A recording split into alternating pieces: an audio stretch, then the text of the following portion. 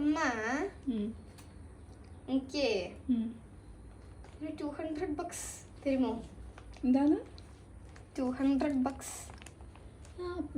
Buds ചോദിക്കുന്ന സമയത്തുള്ള ഒരു ഭയഭക്തി ബഹുമാനം ഉണ്ടല്ലോ, അതൊന്ന് നോക്കട്ടെ, നമുക്കൊന്ന് നോക്കട്ടെ, അതൊന്ന് കാണേണ്ടത് തന്നെ. നീ എന്തിനാ എന്ന് പറ. ഇല്ല, പൈസ 300 രൂപ കയ്യിലുള്ളൂ. അപ്പോൾ അമ്മയുടെ മോൾക്ക് എന്തെങ്കിലും ഒരു ആവശ്യം വന്നാൽ എന്ത് ചെയ്യും? 300 രൂപയും കൊണ്ട് ജിപേയും ഇല്ല, ഒന്നുമില്ല, എന്താ ചെയ്യാ ഞാൻ? ഭയങ്കര ഭയഭക്തി ബഹുമാനം. ബഡ്സ് ചോദിക്കുന്ന സമയത്ത് ഒരു രക്ഷയില്ല. ഒരു ബാഗിൽ നിന്നും മറ്റൊരു ബാഗിലേക്ക് ചേക്കേറുന്ന ദൃശ്യങ്ങളാണ് ഈ കണ്ടുകൊണ്ടിരിക്കുന്നത്. പഠിക്കാനാണല്ലോ നമ്മൾ കോളേജിൽ പോകുന്നത്, അതുകൊണ്ട് ബുക്കിൻ്റെ ആവശ്യമില്ല. നാടകോത്സവത്തിന്റെ ഓഡീഷനും വർക്ക്ഷോപ്പും സ്റ്റാർട്ട് ചെയ്യാണ്. ഞാൻ വീട്ടിൽ വരുമ്പോഴത്തേക്കും ഒരു സപ്ലൈ കിട്ടിയാൽ കുഴപ്പമുണ്ടോ? രണ്ടാമത്തെ കഴിയുമ്പോഴത്തേക്കും രണ്ടെണ്ണമായ എന്തെങ്കിലും പ്രശ്നം. അങ്ങനെ ഇപ്പം അങ്ങനെയൊക്കെ പറയും, പക്ഷെ മാർക്ക് കുറഞ്ഞാൽ ഞാൻ ഇമ്പ്രൂവ്മെന്റ് എടുക്കുക. അത്രേ ഉള്ളൂ. മണി പേഴ്സ് ഇതിനകത്ത് കൊണ്ടുപോകാൻ പറ്റുന്ന കാശായ കൊണ്ടുപോകുന്നുള്ളൂ. എത്ര രൂപ? 300 രൂപ.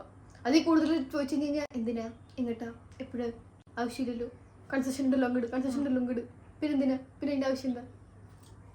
ഇതൊക്കെയാന്ന് ആലോചിക്കണേ ഒരു ഇൻഡിപെൻഡന്റ് വുമന്റെ കഷ്ടതകൾ. കേരളമേ, നിങ്ങളിത് കാണുക. നിങ്ങളുടെ വീട്ടുകാർ ഇങ്ങനെ തന്നെയാണോ? ചോദിക്കുമ്പോഴത്തേക്കും കാശൊക്കെ എടുത്ത് തരുമോ, അതോ ഇതേമാതിരി എന്തിനാ, ഏതിനാ, എങ്ങനെയാ എന്നൊക്കെ ചോദിക്കുക? ഇത് ചോദിക്കേ, എത്ര രൂപ വേണ്ടേ ചോദിക്കേ. ആർക്ക്? രൂപയ്ക്ക് വേണ്ടിട്ടല്ലേ അപ്പൊ ഇത്രയും രൂപ അടിച്ചത്. 200 കിട്ടിയാൽ കൊള്ളാം.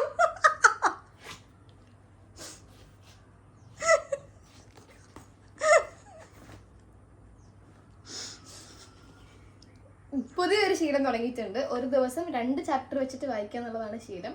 ഫസ്റ്റ് ദിവസം സക്സസ്ഫുള്ളി തീർത്തു. സെക്കൻഡ് ദിവസം ഞാൻ ഉഴപ്പി. ഇനി ഇന്ന് വേണം അടുത്ത് വീണ്ടും കംപ്ലീറ്റ് ചെയ്യാനായിട്ട്. ഇതാണ് നമ്മൾ രാം കെയർ ഓഫ് ആനന്ദാണ് എടുത്തിട്ട്. ഒത്തിരി ചോദിക്കുള്ള 200